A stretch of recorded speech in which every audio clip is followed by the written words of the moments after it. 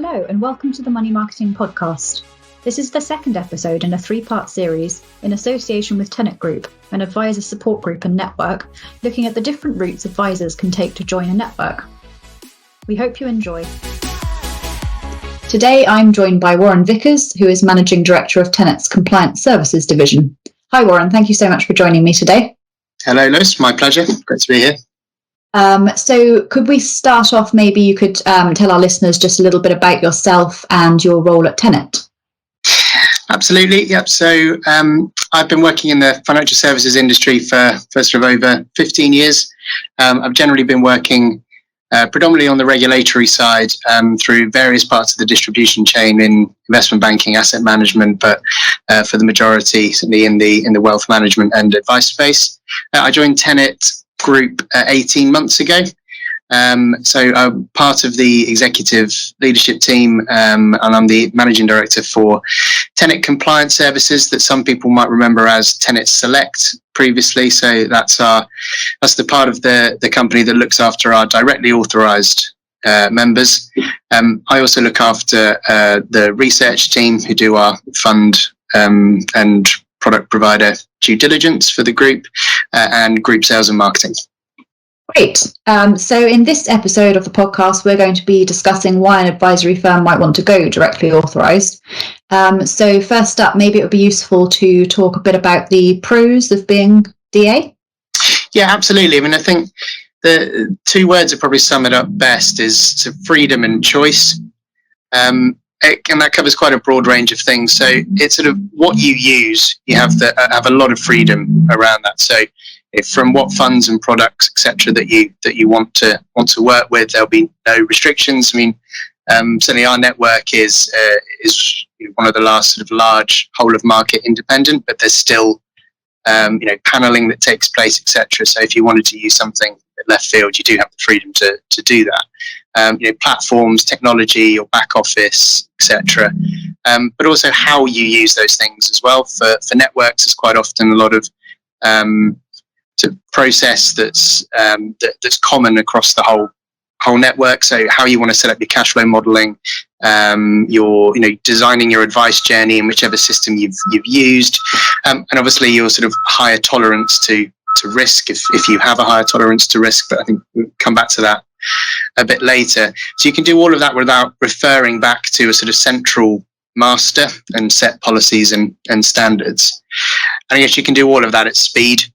And choose the speed that you want to operate at. You can write as little business, and run it as a lifestyle business, or you can generally by operating at a serious pace, you take on more risk, and so you're free to do that and try and grow at a faster rate of knots. Great. So on the flip side, then, what are some of the challenges that businesses might come up against? So something we do have firms that sort of move between the various parts of Tenet. And when I talk to people moving out of the network to go directly authorised, the thing that I really want to press home is the personal risk that you're then taking. The biggest benefit of the network is that you have those sort of layers of protection on you. And there are people at Tenet, myself included, our CEO, our chief risk officer, etc., who take on personal risk on your behalf as well under SMCR. And so you go from not really having to worry about that to waking up knowing that your personal wealth, as well as your reputation, your business and your future career, is now on the line for you. And a lot of people say, "Oh no, but we do the right thing. I believe in what we're doing and our processes," and that's fine. I mean, I generally think the majority of advisors are out there to absolutely do the right thing and believe they are. That doesn't mean you can't fall foul of the complex nuances of suitability or a revision of standards further down the line. So I do want people to know that is going to be a big mindset shift, and it'll be on your mind going forwards. There's also, I guess, there's a lot of things that networks just do for you that you've then suddenly got to consider. So I mentioned, you get all this choice over back office systems and processes, etc. But it's on you to do that then, and it takes up an extraordinary amount of time. Even processing your payments, your governance structures, etc. It's the admin that kind of falls on your business is suddenly much greater.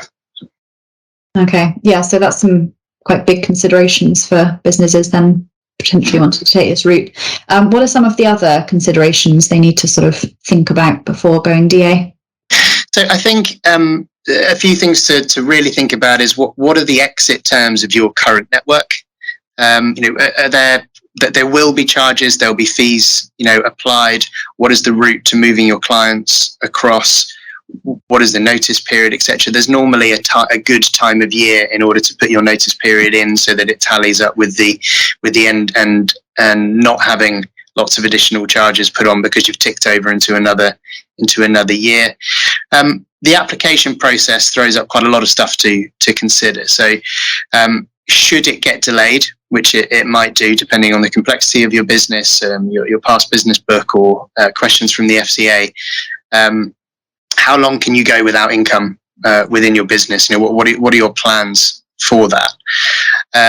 And thinking about the applications, it can take up to 6 months. At the minute, I see a lot of myths banded around about going directly authorised, and the process is no longer really than getting authorised as an appointed rep. But obviously, there's been a lot of pressure on the FCA gateway services recently, and applications to go DA are not immune from the same challenges as other applications. It's definitely improved recently, but I think really understanding the complexity of your business, taking good advice. At Tenet Compliance Services, we spend a lot of time up front on the application. We don't have a kind of one-size-fits-all route. You've really got to understand the setup of the business, the funding structures, how they're going to deal with regulatory capital, the business plans, product governance, targeting the right clients. But then I think what's changed a lot recently is be prepared for a lot more scrutiny on your business, and yourself as well. There will almost definitely be a personal interview, which didn't always be the case with the FCA. And they can be quite strong. ESG is a big topic at the moment, and we've seen a lot of firms starting up saying, with you can tell by the name of the company that that's what they're going for. They're going to wear a badge, and I think the FCA is saying if you're going to wear the badge, be prepared to sit in front of us and answer some pretty big questions. We even saw one that was, what do you think of Tesla as a green investment? Wow. Exactly. Yeah. Complicated question. No, exactly. So yeah, we have seen some people not take that interview quite so seriously, and they've not been authorised as a result. And not getting authorised is a really big deal for your future as an advisor. So get the right partner. I'd obviously say that, but really put the time and effort up front into your application. It'll be quicker and it protects you from any potential difficulty. Okay. Out of interest then, if you don't get authorised, what happens? Well, I guess it's a conversation back with your network, but I think they're probably going to have some questions as to why you haven't been authorised. And yeah, I think you'll have to have a real deep dive on yourself and your business as to why, and you will sort of at that point be considering what happens next for your career. You mentioned increased regulatory scrutiny there. So with the consumer duty coming into force, I think in full by July next year, I believe it is. How is that going to impact DA businesses? It impacts the whole of financial services. I mean, I think the one thing I'm not sure everybody's quite understood with it is quite how far-reaching consumer duty is. Really, it's one of the underlying principles is that as this money moves through the distribution chain, out of somebody's bank account, right up through your manager onto your platform, into a fund, through to those guys buying products off investment bankers via brokers, whatever it is. If you're taking a pinch of that money along the way, the FCA, I think quite rightly saying, show us how that adds value to the end consumer. So I think for the bit that we look at, there's two ways to look at it. It can be overly burdensome and just the regulator again making us justify our existence. But I think I'd look at it another way. It's an opportunity to prove value. We already know that there's an advice gap and that lots and lots of people would benefit from financial advice who don't take it. So this is a chance to sit down and go, right, why is there value in what we do? And not just what we do in an industry, but this business in particular, whichever one it is, what is our specialization? What are all the various cogs and components that make up what we do? And let's unbundle it and then be extremely articulate about it, so that if a customer, ultimately, don't think about the regulator, think if a customer wants to come and say, why should I pay for this service? You have an incredibly compelling answer that nobody would be able to argue with. I think an interesting way to look at it. So, I mean, I'm a failed musician. It's an obvious route into financial services, a well-trodden path. But back in the day, I would play the piano at weddings, and a lot of people would sort of balk at the price. You can charge a good few £100 to play the piano for an afternoon at a wedding. People would say, "Oh, just for a few hours, why is it so much money?" Now, obviously, pianists don't tend to have to justify themselves here, but if they did, they'd have to talk about the hours, the years that they've put in to be able to do those 3 hours on that afternoon, the depth of the repertoire they've had to study, the exams they've taken, etc., etc.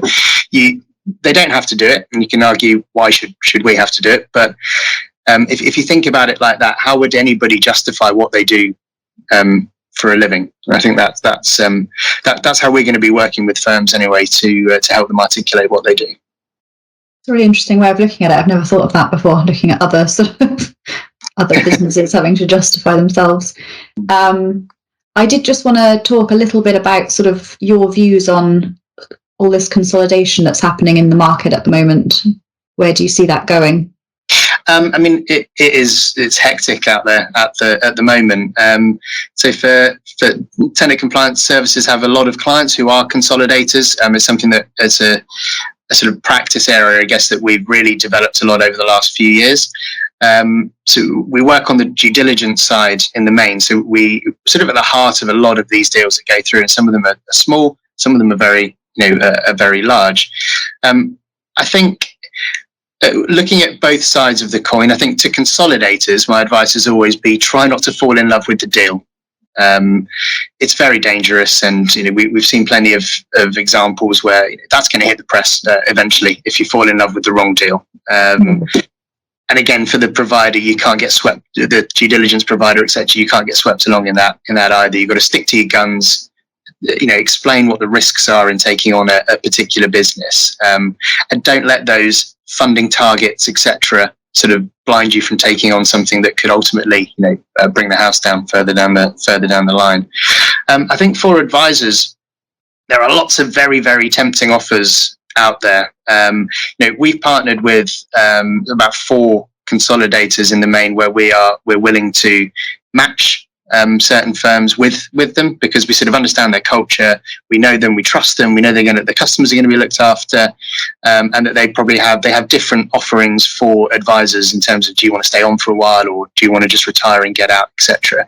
So I would really look at not just the big check that's potentially coming your way, but what's going to happen to your clients, what's the quality of the offering that it's going into, is it culturally something that those clients are going to be used to, as well as it going to be a culture shock for them, and depending on how important it is, what's going to happen to you, your brand, your legacy, as well. Lots of things that to consider before you push the button, and we're very happy to talk to anybody in that position to provide that advice. Or it's quite often worth taking a look at your business from a regulatory perspective first before you go showing it to the world, as well. Yeah, definitely, I can imagine. Just finally then, is there anything else that you wanted to say that you think businesses should know about going directly authorised? I think it's a very interesting time to be looking at going DA. In our network, we're putting in a lot of effort in terms of the AR regime, etc. And I think there's technology solutions that are going to make that much easier. I think it's a really personal decision, and one is not necessarily better than the other, but it's really got to be about, what are your motivations? What do you want to do with your business? In what kind of time frame? And just have a really honest look at either the network you're in, etc., or the current setup you have, and go, does it work for us? Does it work for our plan? if it doesn't work for your plan, does the benefit of having that safety net outweigh taking on the risk to enact the plan? And I think that'll let you choose which path is best for you. Definitely. Great. Okay. Thank you so much for joining us today, Warren. It's been really great to have you on the podcast. My pleasure. Thanks very much, Lois. Thank you so much for listening to our podcast about being directly authorised and the opportunities and challenges involved. You can find out more about Tenet's network offering on the company's website, tenet.co.uk. Also, you can keep up to date with all our content on the Money Marketing website, as well as Twitter, LinkedIn, Facebook and Instagram. Next week's episode is the last in our series with Tenet Group, and we'll be speaking to Amanda Ford, Managing Director of Tenet Financial Services, about how advisors can reach their potential as a self-employed advisor.